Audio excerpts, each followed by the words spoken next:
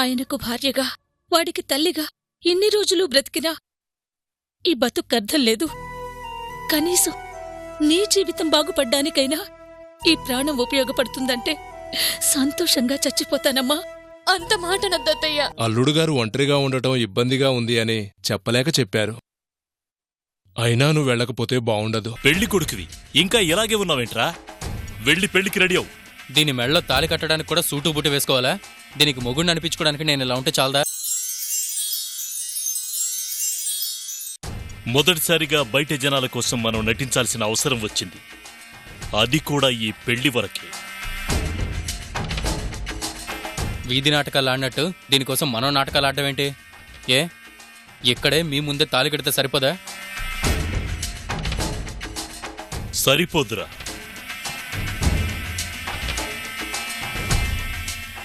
కోట్ల ఆస్తి మనది కావాలంటే ఆ మాత్రం బిల్డప్ ఇవ్వాలిగా.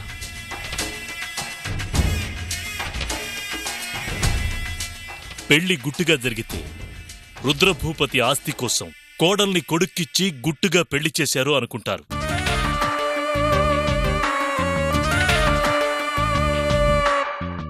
అదే 10 మందికి తెలిసేలా రంగరంగ వైభవంగా చేశామనుకో, రుద్రభూపతి కోడలు పెళ్లి ఎంత ఘనంగా చేశాడో అని అదే జనం చెప్పుకుంటారు.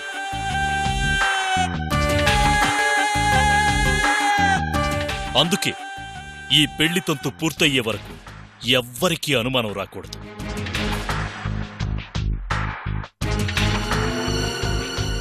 రేయ్, ఇది నా కలరా? ఇన్ని రోజుల నా కల నిజమవ్వబోతుంది.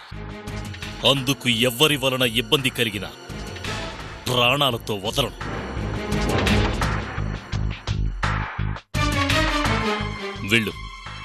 వెళ్ళి మంచి డ్రెస్ వేసుకుని రెడీ అవ్వు. పెళ్ళయ్యేంతవరకు ఒంటి మీద బట్ట నలగకూడదు, మొహం మీద నవ్వు చెదరకూడదు. గుర్తుంచుకో. వెళ్ళు.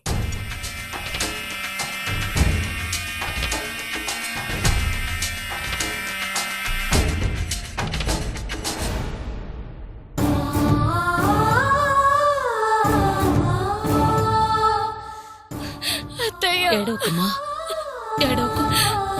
ఊరుకో, ఊరుకో తల్లి.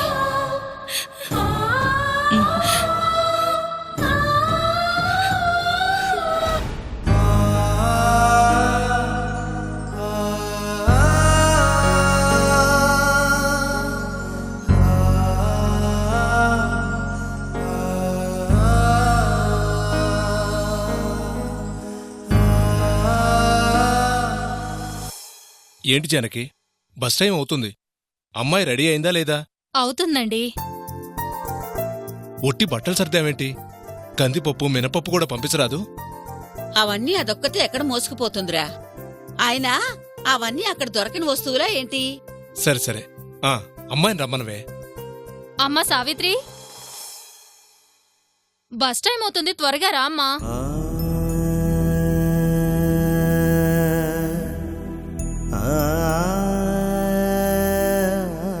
సావిత్రి,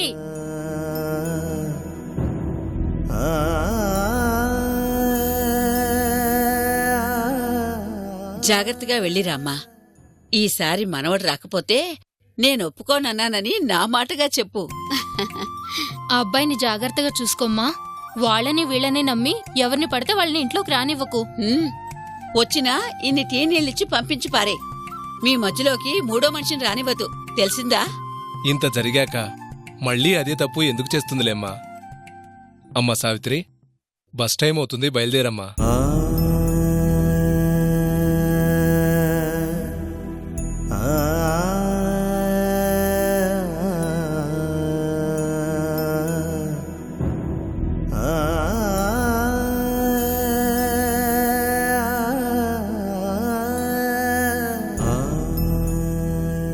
వెళ్ళొస్తాను.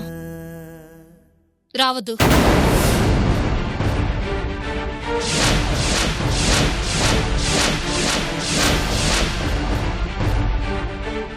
అదేంటి, పిల్ల శుభవా అంటూ బయలుదేరుతుంటే అలా అంటావేంటి? తను రావాల్సిన అవసరం ఏముంది అత్తయ్యా? రేపు నీళ్లు పోసుకుంటే మొదటి కాంపు జరగాల్సింది మన ఇంట్లోనే కదా.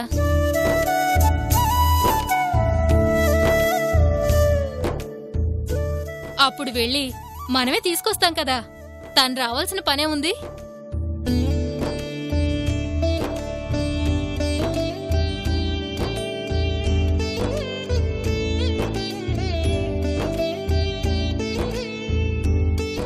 మీ అమ్మ చెప్పింది నిజమేనే, కాకపోతే ఆ శుభవార్త ఏదో త్వరగా చెప్పమ్మా. అలాగే చెప్తుందిలే గాని ముందు మమ్మల్ని వెళ్ళనిస్తారా లేదా? బస్సు డ్రైవర్ అయినా 10 నిమిషాలు ఆగుతాడేమో గాని మీ నాన్న మాత్రం ఆగేలా లేడు. బయలుదేరమ్మా. జాగ్రత్తగా వెళ్ళిరమ్మా. వెళ్ళగానే ఫోన్ చేయి. పదమ్మా.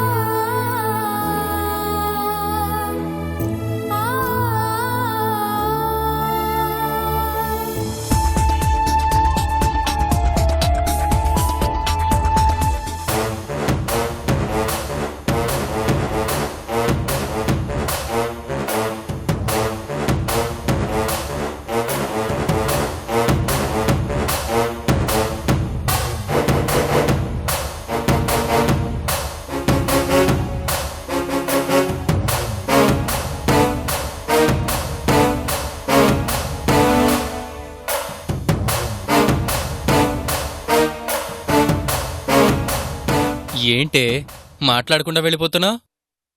గొప్పవాళ్ళు, మీతో ఏం మాట్లాడతాంలే. ఏంటే డైలాగులు మారినాయి? నేను గొప్పవాణ్ణైతే నా పర్మనెంట్ ఫిగరవే, నువ్వు గొప్పదానివే కదా. మంచం మీదనే ఈ మాటలన్నీ. మంచం దిగ్గానే మాట గుర్తుండదు, మనిషి గుర్తుండదు. ఏమైందే నీకు?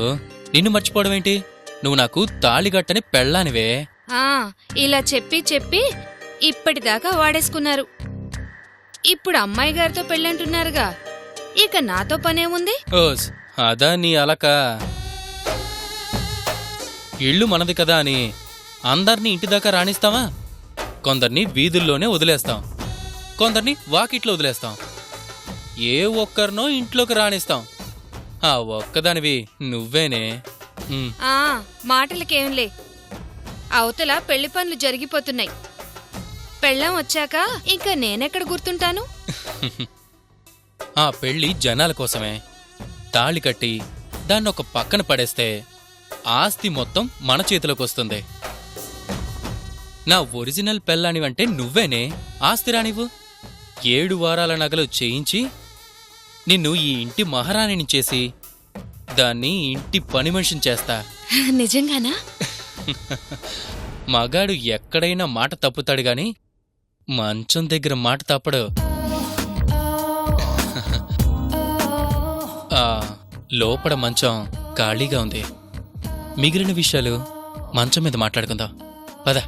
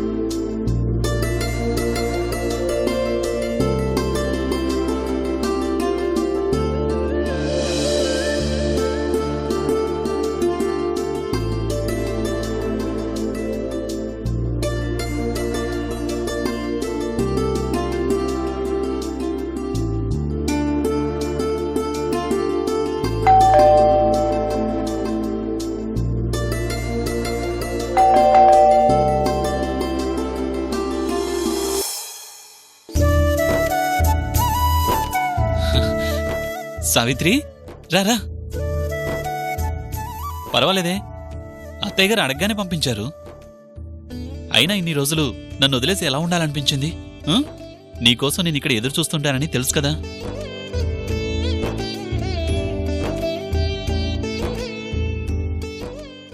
ఏదో బామ్మను చూసి వెంటనే వచ్చేస్తావు కదా అనుకుంటే వెళ్ళి అక్కడే సెటిల్ అయిపోయావేంటి?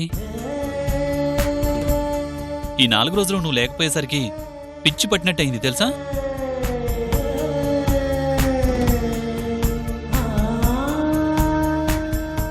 కొన్ని హఠాత్తుగా అలవాటు చేసుకోవాలంటే కష్టంగా అనిపిస్తుంది. అందుకే అవకాశం వచ్చినప్పుడే అలవాటు చేసుకోవాలి. దేని గురించి నువ్వు మాట్లాడేది? ఒంటరితనం గురించి, ఒంటరిగా ఉండటం గురించి. అలవాటు చేసుకోవాల్సిన అవసరం ఏముంది? తోడుగా ఎప్పుడు నువ్వు ఉంటావు కదా. అన్ని రోజులు ఒకేలా ఉండవుగా. ఏంటి సావిత్రి అదోలా మాట్లాడుతున్నావు? తెలియకొకసారి ఏదో జరిగిపోయిందని మళ్ళీ అలాంటి పరిస్థితి వస్తుందని ఎందుకనుకుంటున్నావు? ఇప్పటి వరకు మన జీవితంలో జరిగినవి ఏవి మనకు తెలిసి జరగలేదు. అందుకే జరిగాక బాధపడ్డం కన్నా జరగక ముందే అలవాటు పడటం మంచిది కదా అంటున్నాను. అంత అవసరం లేదు సావిత్రి. మరోసారి మనం దూరమయ్యే పరిస్థితి రాదు, రానివ్వను.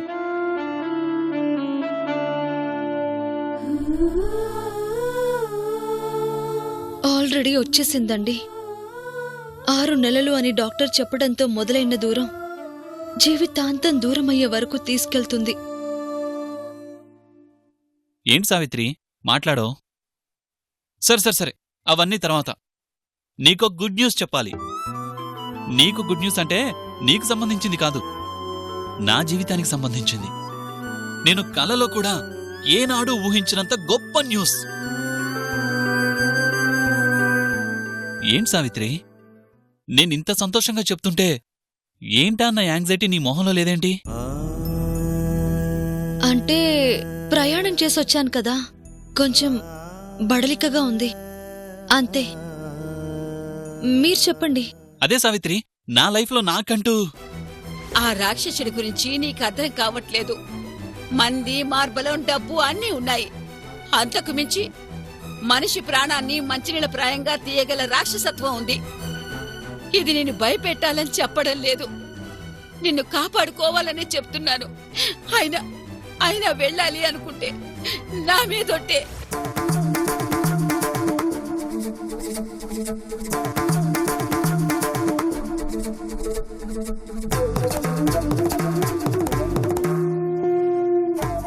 ఏం లేదు సావిత్రి, అది గొప్ప న్యూసే కానీ ఇప్పుడు చెప్పడం మంచిది కాదు.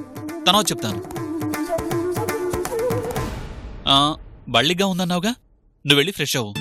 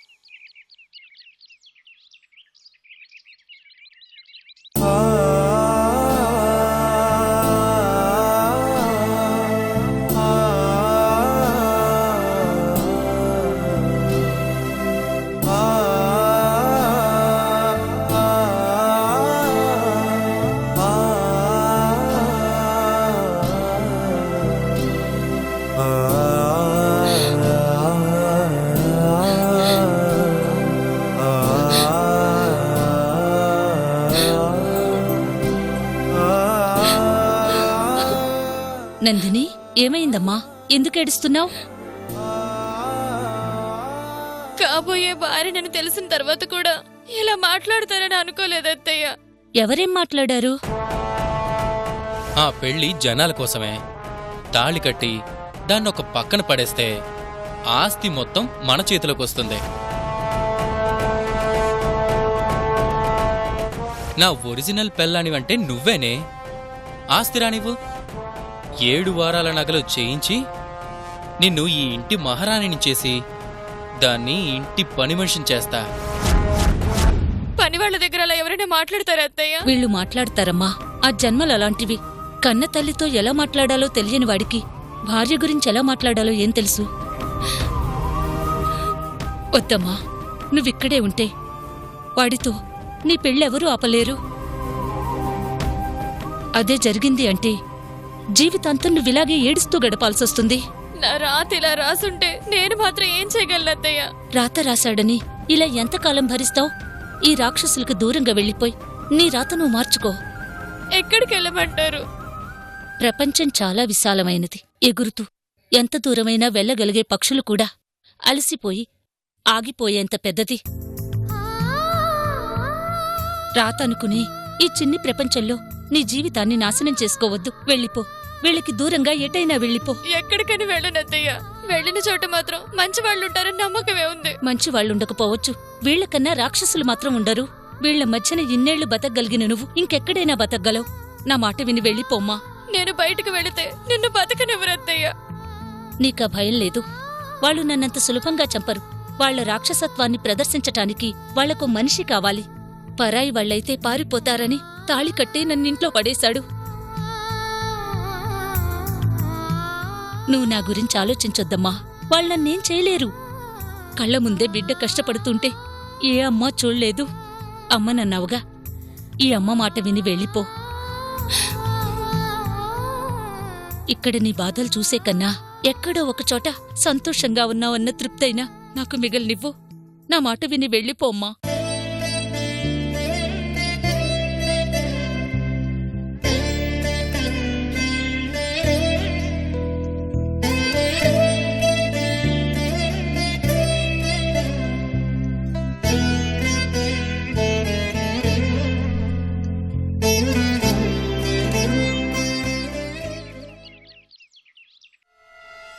సావిత్రి, సావిత్రి, సావిత్రి!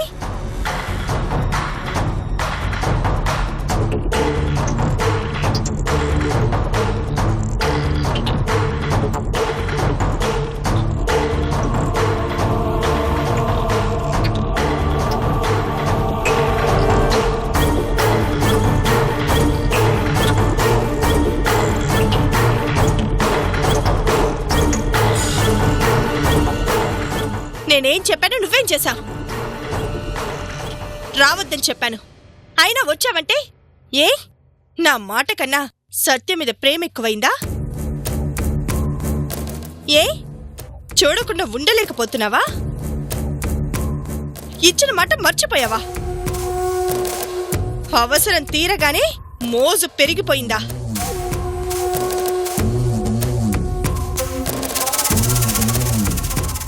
మాట మర్చిపోయిన దాన్నే అయితే నీకోసం ఇంత చేసేదాన్ని కాదు ఊర్మిళ.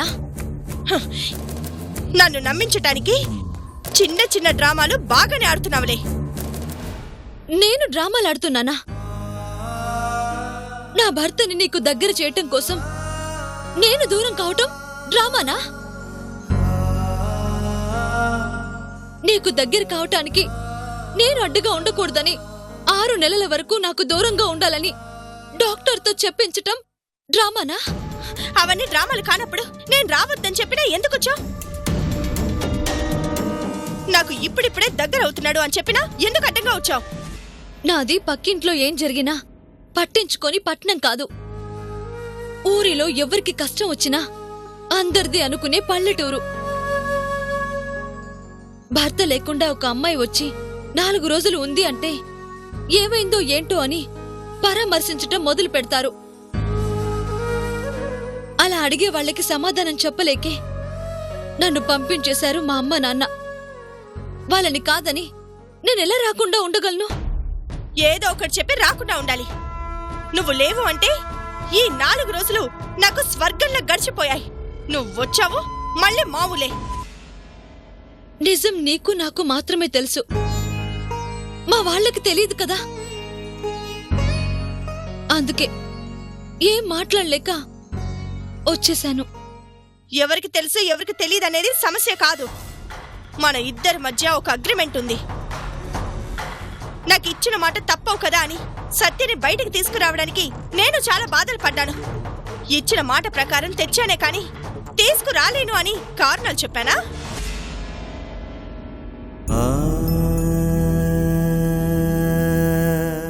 మా అమ్మ నాన్నకి ఈ విషయం తెలిస్తే చనిపోతారు. నా బాధ కూడా అర్థం చేసుకో. అది నాకు అనవసరం. మాట ఇచ్చాను, సత్యని బయటికి తీసుకొచ్చాను. మాట ఇచ్చావు, సత్యని నాకు అప్పగించాలి. నీ కారణాలు నాకు అనవసరం. నీకు నాకు మధ్య ఒక అగ్రిమెంట్ ఉంది. దాని ప్రకారం సత్యని ఎంత త్వరగా నాకు అప్పగిస్తావో అంత త్వరగా అప్పగించు. ఆలస్యమైతే ఊర్మిళ సంగతి నీకు తెలుసుగా.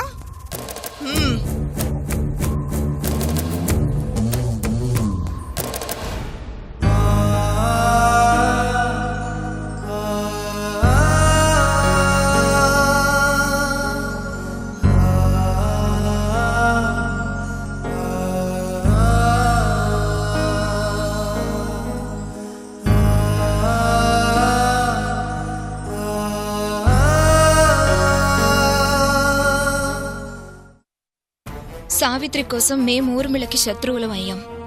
ఈరోజు సావిత్రి తనకి మళ్ళీ స్నేహితురాలయ్యింది. ఈరోజు సావిత్రి తన భర్తని ఊర్మిళ ఆఫీసులో చేర్చింది.